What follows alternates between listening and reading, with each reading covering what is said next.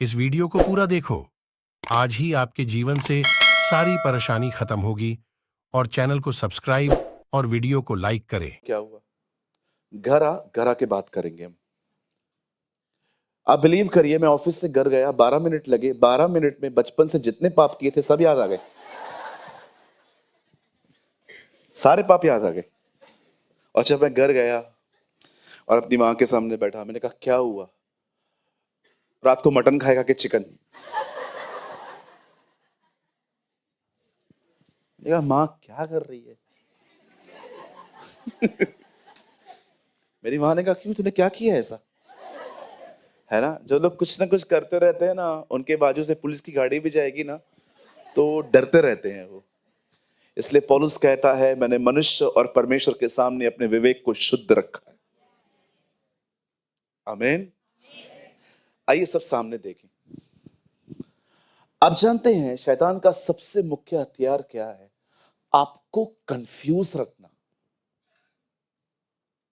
आपको उलझा के रखना। वो हमेशा चाहता है आपके सामने क्वेश्चन मार्क्स रहे, भविष्य के बारे में, बिजनेस के बारे में, जॉब के बारे में, हर चीज के बारे में, बुलाहट के बारे में। वो चाहता है किसी को भी क्रिस्टल क्लियर अंडरस्टैंडिंग नहीं मिले। आपने देखा, जब परमेश्वर ने आदम से कहा कि तू सब खा सकता है इस फल को छोड़ के, और जब शैतान वहां आता है तो कहता है क्या यह सच है कि परमेश्वर ने तुम्हें कहा है कि तुम किसी भी फल को नहीं खा सकते? क्वेश्चन। हम सभी जानते हैं यीशु खुदा का बेटा है, लेकिन आपने देखा जब वो जंगल में आता है तो कहता है यदि तू परमेश्वर का पुत्र है तो पत्थर को रोटी बना। यदि आप देख रहे हैं, हवा के साथ भी सेम बातें, यीशु के सामने भी सेम बातें, दोनों में क्वेश्चन। आज के बाद कभी भी वो आपसे क्वेश्चन करे ना, उसे आंसर दो। और मैं आपको एक बहुत खूबसूरत आंसर देता हूं, चिढ़ जाएगा आपकी बात को वो सुन के। खाली उसे इतना कहा करो, एक ही जवाब है मेरा, क्या वो जीवित है?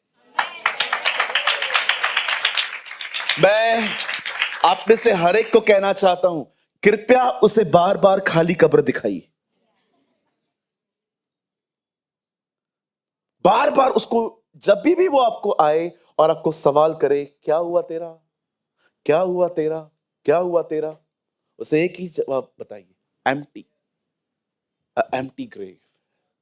वो जिंदा है, वो जीवित है, वो देख लेगा। यहां देखिए, आपके सारे सवालों का जवाब इन 5 लफ्जों में है, JESUS,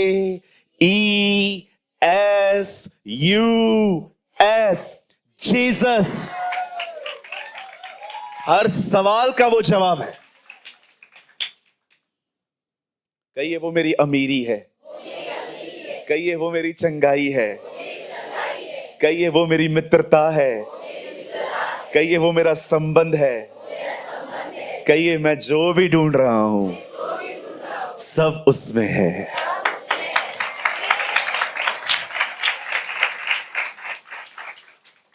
जब डैनी हिंद बैंगलोर गए थे तो मैं आज भी उस लाइन को नहीं भूल पाया हूं।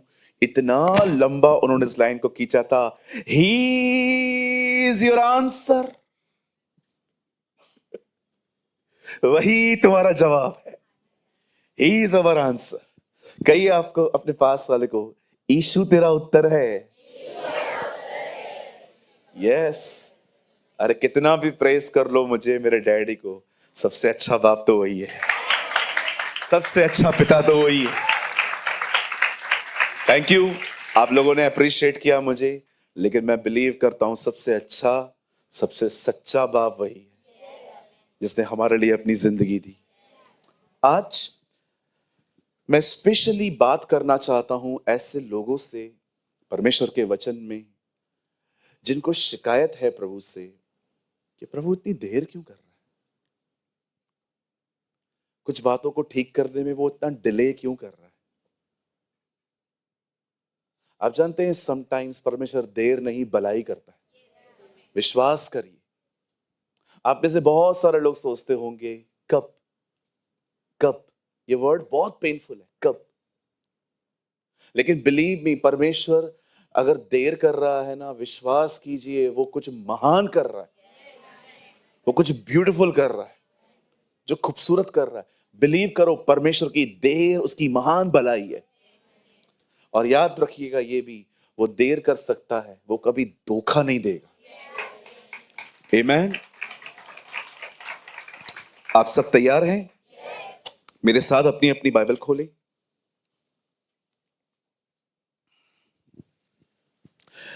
बाइबल की खूबसूरत किताब खोलिए, भजन संहिता 13 अध्याय।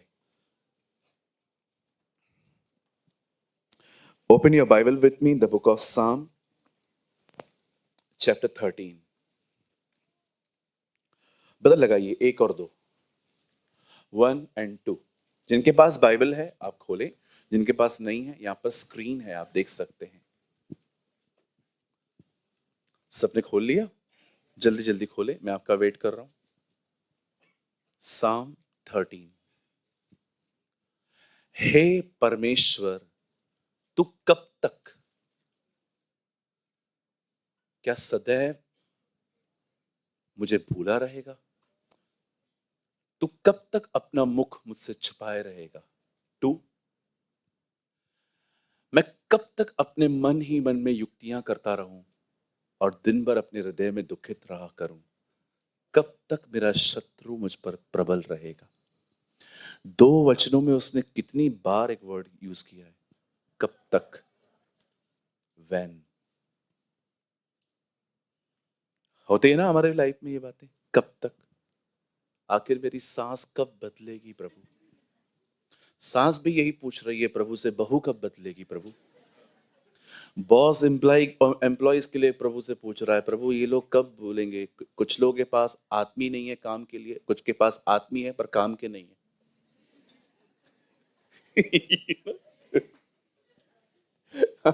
बिल्कुल। कुछ बॉस कहते हैं आदमी काम के लिए नहीं है, लेकिन कुछ कहते हैं आदमी है काम के नहीं है। आजकल हर कोई है ना, बिलीव मी, इवन मैं भी ऐसा ही हूं।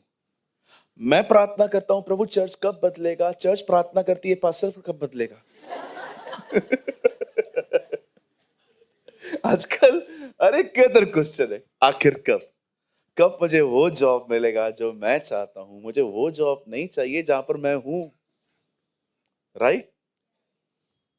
हम रोज प्रभु को कहते तू कब आएगा?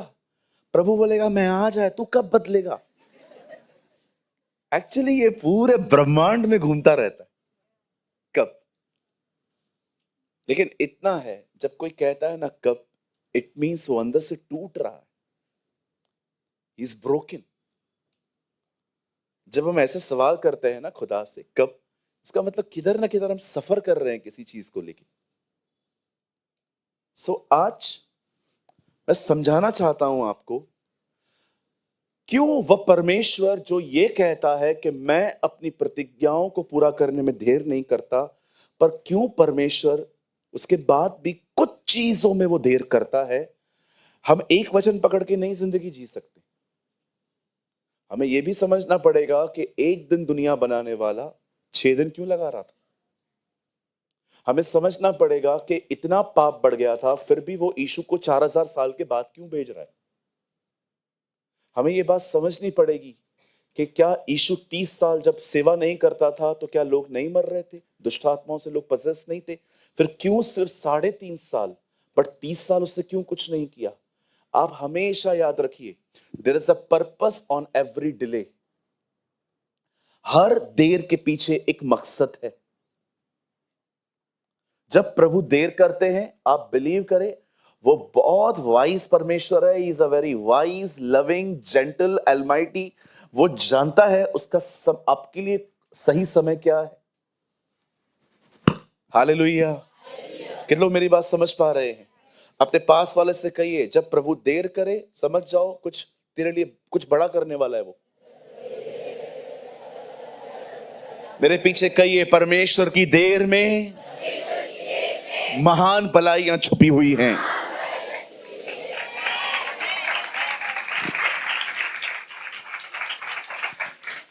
आइए एक और वर्ड खोलेंगे हम। एक्चुअली ये मेरे जहन में था अब मैं थीम वर्ड में आना चाहता हूं। मेरे साथ खोलें यशाया 64 अध्याय, चैप्टर 64। मेरे साथ खोलिए यशाया नबी की किताब, the book of profit आइजाया 64।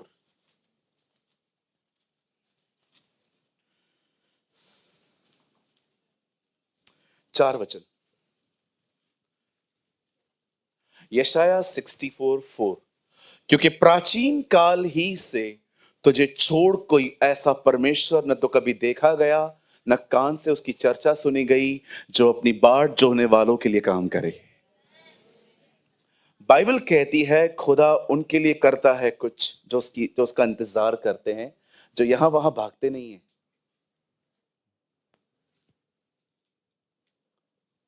Trust me, waiting time is a blessed time. When you are waiting, जब आप इंतजार करते हैं, आप मरते हैं। कितनों को इंतजार अच्छा लगता है? किसी को नहीं। लेकिन आप जानते हो, यही वो समय होता है जब आप ग्रो करते हो। परमेश्वर क्यों देर करता है? आइए अब मैं कुछ समझाना चाहता हूं। प्रीचिंग कम लेकिन टीचिंग ज्यादा होगी आज, और मैं बिलीव करता हूं आप सबसे वो कुछ बात करेगा आज। आमीन। आइए मैं चाहता हूं आप सब सामने देखिए, बड़े ध्यान से सुनिए। जब परमेश्वर ने इस सृष्टि को बनाया, आपने देखा उसने आदम को बनाकर उसके सामने दुनिया नहीं बनाई। उसने दुनिया बना के आदम को बनाया।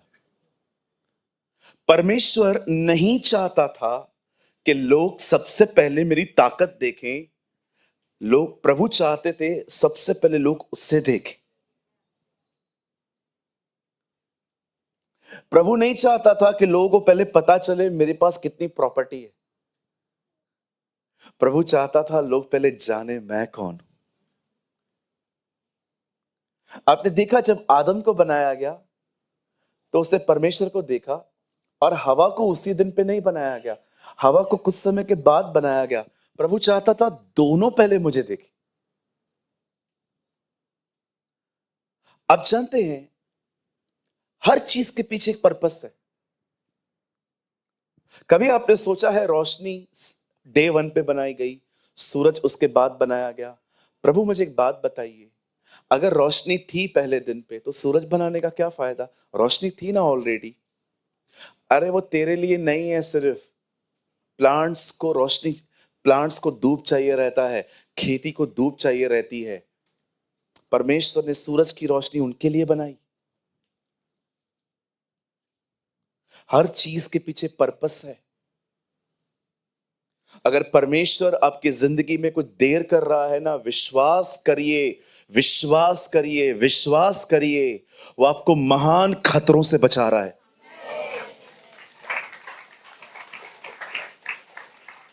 बिलीव मी, जब वो देर करता है ना, कभी कभी काम बनते बनते बनते बिगड़ जाते हैं और आप एकदम एकदम गिव अप सा कर देते हो, यार छोड़, अभी मैं हाथ ही नहीं डालूं।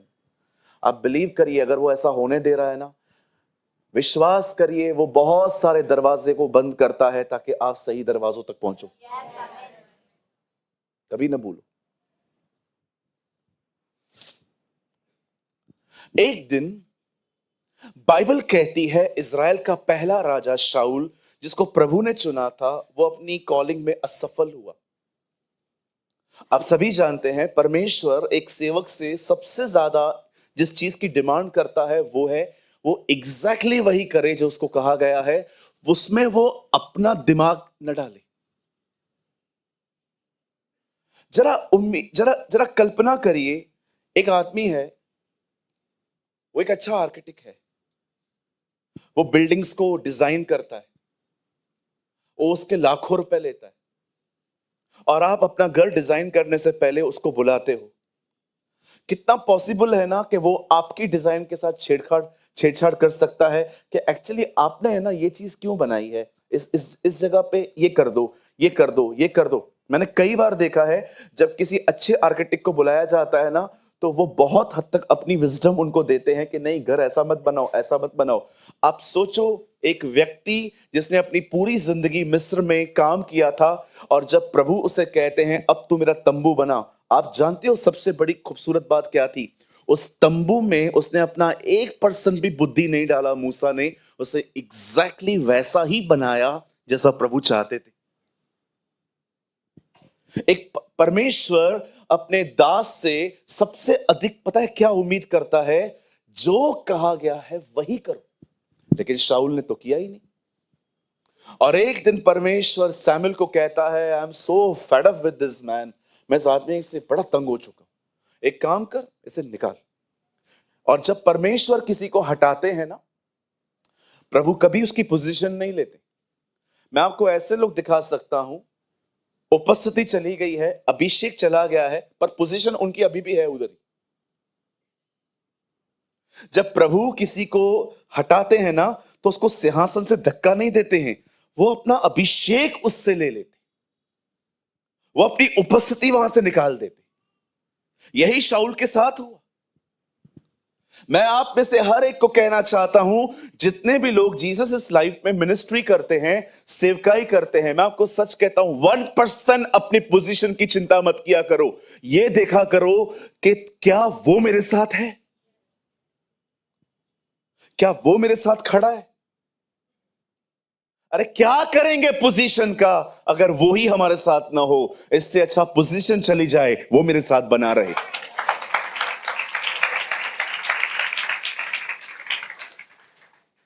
इतना पोजीशन से प्यार मत किया करो, अपने परमेश्वर से प्यार करो। आप जानते हैं शाऊल विफल हो गया, लेकिन उसके बाद जब परमेश्वर शाऊल की जगह पे दाऊद को लेके आया, आप में से कितने लोगों ने देखा कि दाऊद को सेम डे पर सिंहासन मिला? बाइबल कहती है जब शाऊल असफल हुआ और परमेश्वर उसकी जगह पे दाऊद को लेके आया, आप जानते हो परमेश्वर ने पहले से डिसाइड कर लिया कि मैं इस बंदे को ट्रेन करके ऊपर लेकर आऊंगा। और जानते हो परमेश्वर की ट्रेनिंग क्या थी? परमेश्वर की ट्रेनिंग जो थी वो दाऊद के लिए एक स्कूल की तरह नहीं थी, जहां पर वो बैठ के ब्लैक बोर्ड पे सब सीखे, ये करना है, ये करना है, ये करना है। बिल्कुल नहीं। प्रभु ने अलाउ किया कोई उसको परेशान करे। मेरे पीछे कहिए, अगर कोई मुझे तंग कर रहा है, ये मेरे लिए ट्रेनिंग है। और प्रभु महान शिक्षक है, वो एक को अलाउ करेगा चढ़ाई कर, आपको कहेगा चुप कर। अच्छे अच्छे लोग ये बात समझ नहीं पाते। अच्छे अच्छे लोग, उनको लगता है हम अन्याय क्यों बर्दाश्त करें। अन्याय, ये अन्याय है। मैंने बेइज्जती नहीं सुनी होती ना, तो आप में से आज तक बहुत सारे लोग मेरे साथ रहते ही नहीं। मैं आपको भी सुना देता। हो क्या रहा है? हाँ, तुम लोग का है क्या? ए, ले तो उसको साइड में। मैंने देखा है कुछ लोग ऐसा बिहेव करते हैं, मारते हैं, पीटते हैं। धन्यवाद प्रभु का, कैसी जगहों से वो ले गया मुझे, जहां पर मस्त, मुझे आज भी याद है जो पीटर भाई कह रहे थे ना आरकेटी चर्च की, आप सच्ची बोलता हूं वो एकदम सही बोल रहे थे। बहुत छोटा चर्च था वो। आप बिलीव करिए, वो एक ऐसा चर्च था जहां पर लोग बच्चों को गोद में नहीं, बड़ों को गोद में बिठाते थे। मैंने अपनी आंखों से देखा, एक अंकल आते थे, वो अपने बेटे को लेके आते थे, उनका बेटा कम से कम 18 साल का होता था। कभी कभी वो अपने बेटे को बोलते थे, बेटा जगह नहीं है, काम कर, तू मेरे गोदी में बैठ जा। बाप बेटे गोदी में बैठ के वचन सुनते थे, क्योंकि जगह बहुत छोटी होती थी। और हमारे कलीसिया की सबसे खूबसूरत बात, नल को छोड़ पूरी कलीसिया से पानी आता था। हाँ बिल्कुल। एक दिन एक बहन आई हमारे चर्च में, वो किसी और चर्च की थी, और मैंने उनको मना नहीं किया था अपने चर्च में मत जाओ। वो कभी कभी वहां भी जाती थी, हमारे यहाँ भी आती थी। एक दिन उनके पास्टर ने उनको कॉल करके बोला, आप कहाँ जा रहे हो इन दिनों में? तो उन्होंने कहा, हम लोग है ना वहां पर एक आरकेटी के यहाँ चर्च है, वो ब्रदर सूरज है, वहां पर हम जाते हैं। पागल हो क्या? मत जाया करो, कुछ भी ठीक नहीं है वहां। तुम लोग को बिठा भी पाता है क्या वो बंदा? जगह है उसके पास? मैंने तो सुना है पूरा लीकेज है उसके चर्च के अंदर। और वो बहन मेरे पास आती थी, बोलती थी ब्रदर ऐसा ऐसा कहते हैं। मैं उनको कहता था सिस्टर एक्चुअली उन्होंने गलत नहीं कहा है, जगह तो है नहीं सच में मेरे पास। वो उसके बाद भी आती थी, हम एक ऐसी जगह पे रहते थे। तो आता था, ये आता था, मुझे डर लगता था चर्च गिर न जाए। मुझे आज भी याद है, एक आंटी आती थी, वो डांस करती थी, आप बिलीव करो वो पूरा फ्लोर आप हिलते हुए फील करेंगे, इतनी कमजोर बिल्डिंग थी। आप कल्याण स्टेशन की ब्रिज पे खड़े रहो, आप कभी कभी देखो जब ट्रेन जाती है ना, ब्रिज हिलती है, मैं मजाक नहीं कर रहा हूं। हमारी चर्च हिलती थी, एक तो इतनी बड़ी दरार थी, वहां पर एक बच्चा छुपा सकते थे हम। सिर्फ हमने एक ही काम किया, जो जहां प्रभु ने रखा, क्योंकि बाइबल कहती है वही तेरी सीमाओं को बढ़ाता है। मैं यीशु मसीह नासरी के नाम से आपको कहना चाहता हूं, आज प्रभु ने आपको जहां कहीं भी रखा है ना, कुड़कुड़ाइए मत, धन्यवाद के साथ वहां पर रहिए, उसकी शुक्रगुजारी करते रहिए, उसकी बड़ाई करते रहिए, उसको धन्यवाद देते रहिए, उसे चूमते रहिए, उसे हक करते रहिए, उसके साथ चलते रहिए। वो आपकी सीमाओं को बढ़ाएगा, वो आपकी सीमाओं को बढ़ाएगा। यस, याद रखना, जब पैसे नहीं है ना, उस समय कहो मैं अमीर हूं। जब कमजोर हो तब कहो मैं बलवान हूं। जब बीमार हो तब कहो मैं चंगा हूं। आप झूठ नहीं बोल रहे हैं, आप विश्वास योग्यता दिखा रहे हैं कि हां प्रभु, मैं वो नहीं कहूंगा जो मैं देख रहा हूं, मैं वो कहूंगा जो मैं देखना चाहता हूं। विश्वास करिए, मेरी बाइबल कहती है, गरीब कहे मैं धनवान हूं, कमजोर कहे मैं बलवान हूं। कुड़कुड़ाइए मत, प्रेस करना सीखिए, उसकी बड़ाई करिए। ओ यह जकल कहता है वो तेरी सीमाओं को बढ़ाएगा। He will enlarge your boundaries। हमारा अभिषेक बढ़ेगा, हम प्रभु के वचन को और गहराई से समझ पाएंगे, हमारे अंदर एक मांस का दिल होगा। और विश्वास कीजिए, आप एक जलती झाड़ी की तरह बनेंगे। जब लोग आपको देखने के लिए आगे आएंगे, प्रभु आप में से लोगों से बातें करेगा। God will speak.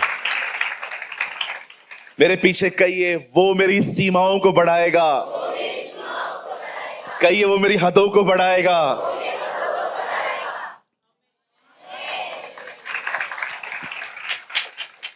हे मनुष्य के पुत्र, यरूशलेम को नाप। यह कहता है क्यों? जहां तक जा सकता है जा, क्योंकि मैं अपने लोगों को यहां इकट्ठा करूंगा। गॉड स्पोक टू यहेजकेल। आप जानते हैं, जब परमेश्वर दाऊद को लेके आया, परमेश्वर ने दाऊद को डायरेक्टली किंग नहीं बनाया। परमेश्वर ने अलाउ किया कि शाऊल उसे डिस्टर्ब करे। योनातन ये बात समझ गया था कि दाऊद नेक्स्ट किंग है, लेकिन वो उसके अगेंस्ट में नहीं था। लेकिन उसी का पिता, उसका दामाद, साला साथ में है, डैड फादर इन लॉ साथ में नहीं है। मैं एक सलाह दूं, मानेंगे? जब प्रभु आपके सामने दाऊद लाए, शाऊल नहीं बने, योनातन बने। अगर आप देखें ना कि कोई आपसे ज्यादा स्पिरिचुअली ब्लेस्ड है, उसका विरोध ना करें, उसके अधीन हो जाएं। बिलीव मी, जो अधीन है, नेक्स्ट नंबर आपका है। यहोशू अधीन था, इसलिए मूसा के बाद वो बना। चेले अधीन थे, इसलिए यीशु के बाद वो बने। अधीन हो जाइए।